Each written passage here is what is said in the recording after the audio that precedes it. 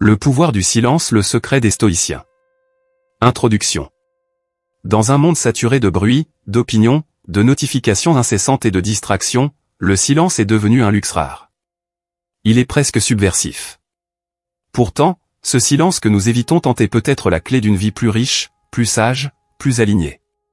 Pour les stoïciens, le silence n'était pas un simple retrait du monde, mais un outil puissant de transformation intérieure, un champ de bataille sacré où l'on affronte ses pensées, dompte ses passions et découvre la vérité sur soi-même. Ce long article explore la profondeur du silence à travers le regard des stoïciens. Il dévoile ce que cache vraiment ce mot si simple, et pourtant si chargé de sagesse. Nous verrons comment Marc Aurèle, Sénèque, Épictète et d'autres figures de la philosophie antique voyaient le silence comme un art, une discipline et un bouclier.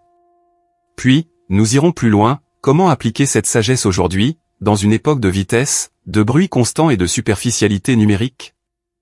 Enfin, nous vous poserons des questions, pour réveiller en vous la part stoïcienne qui ne demande qu'à s'exprimer dans le silence.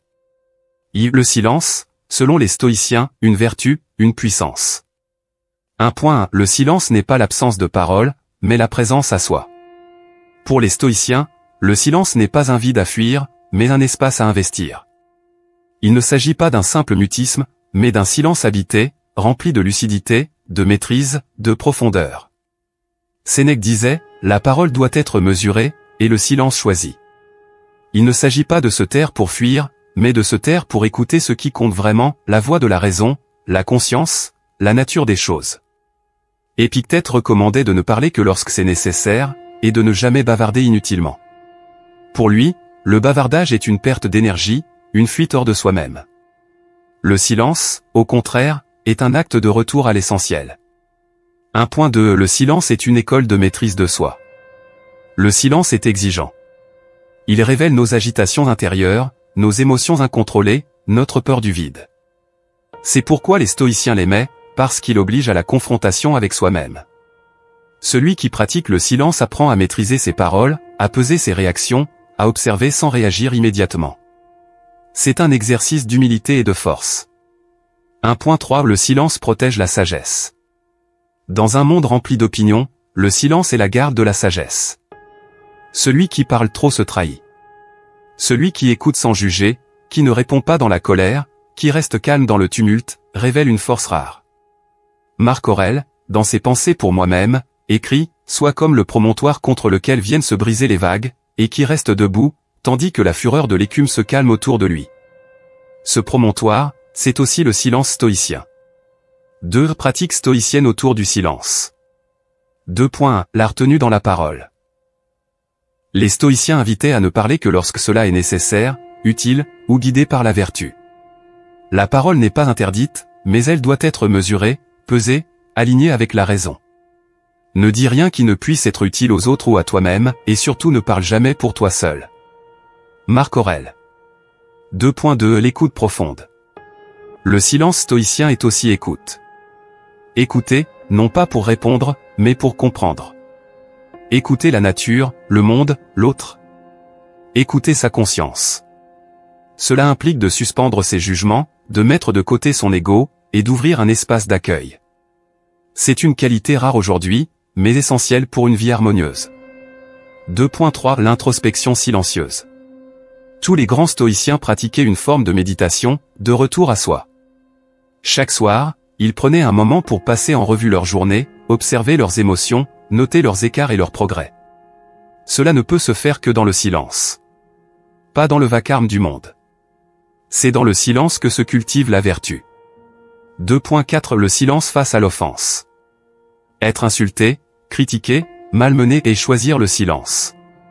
Non pas par faiblesse, mais par maîtrise. C'est là une des plus hautes expressions de la force stoïcienne. Sénèque écrivait « L'homme sage n'est jamais plus puissant que lorsqu'il ne répond pas à la provocation. » Le silence devient alors un acte de souveraineté sur soi.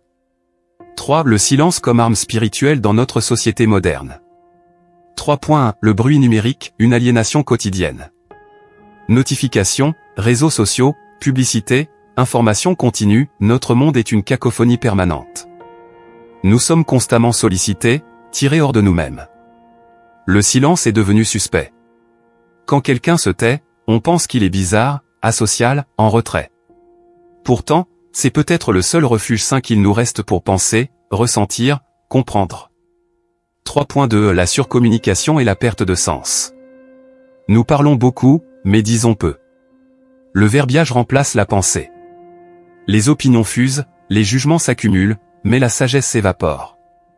Le silence, aujourd'hui, est un acte de résistance. Refuser de parler pour ne rien dire. Refuser de commenter sans savoir. Refuser d'alimenter le vacarme inutile. 3.3 Burnout, anxiété, agitation mentale, les bienfaits oubliés du silence. Des études scientifiques récentes ont montré que le silence a des effets profonds sur le cerveau, il favorise la neurogenèse, réduit le stress, améliore la mémoire et la concentration. Dans un monde en surchauffe mentale, le silence est une source de réparation. C'est un remède naturel que les stoïciens avaient déjà compris il y a des siècles. 3.4 Leadership et communication, le pouvoir du silence stratégique. Dans la communication moderne, le silence est un outil puissant de persuasion. Celui qui sait se taire au bon moment, qui sait écouter, qui parle peu mais juste, inspire la confiance et le respect. Les plus grands leaders ne sont pas les plus bruyants, mais les plus présents. Ceux qui, comme les stoïciens, savent que le silence est parfois plus éloquent que 1000 discours. 3.5 Le silence dans les relations humaines. Savoir se taire pour ne pas blesser. Savoir écouter sans interrompre. Savoir accueillir l'émotion de l'autre sans la minimiser. Le silence peut guérir ce que la parole abîme. Dans un couple, dans l'amitié, dans le travail, le silence bienveillant est un pont, un espace de respiration, un lieu de compréhension mutuelle. 4. Le silence comme révolution personnelle. 4.1 Redevenir maître de son temps intérieur. Quand vous choisissez le silence, vous reprenez le contrôle. Vous vous libérez des réactions automatiques, de l'agitation extérieure, du besoin compulsif de parler. Le silence vous rend plus libre, plus lucide, plus solide. Il vous permet d'entendre votre voix intérieure, souvent noyée dans le bruit du monde. 4.2 Créer une discipline du silence. Commencez petit, 5 minutes le matin sans écran, sans parole, sans distraction. Puis 10 minutes le soir. Puis un après-midi entier. Puis un jour de jeûne de parole chaque mois. Faites du silence une habitude sacrée. Un espace pour vous reconnecter à vous-même, à la nature, à la réalité brute. 4.3 Redécouvrir la puissance de la contemplation. Dans le silence, vous pouvez contempler un arbre, un visage, un texte, une pensée, une émotion. Et cela vous transforme. Les stoïciens étaient des contemplatifs actifs. Leur silence n'était pas un repli, mais un approfondissement de leur présence au monde. Conclusion, et vous, quel est votre rapport au silence? Le silence n'est pas une fuite. C'est un retour. Une force.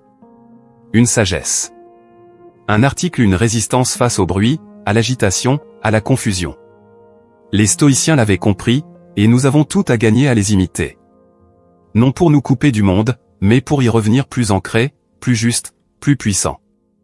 Et vous? Quand avez-vous goûté pour la dernière fois un vrai silence? Que vous a-t-il révélé? Que fuyons en parlant trop? Et si le silence était le début d'une vie meilleure? Partagez vos réponses, vos expériences, vos silences. Le silence est un langage. Apprenons à l'écouter. Si vous êtes amoureux de la philosophie et des philosophes, je vous conseille de me suivre pour plus de contenu édifiant. Prenez bien soin de vous.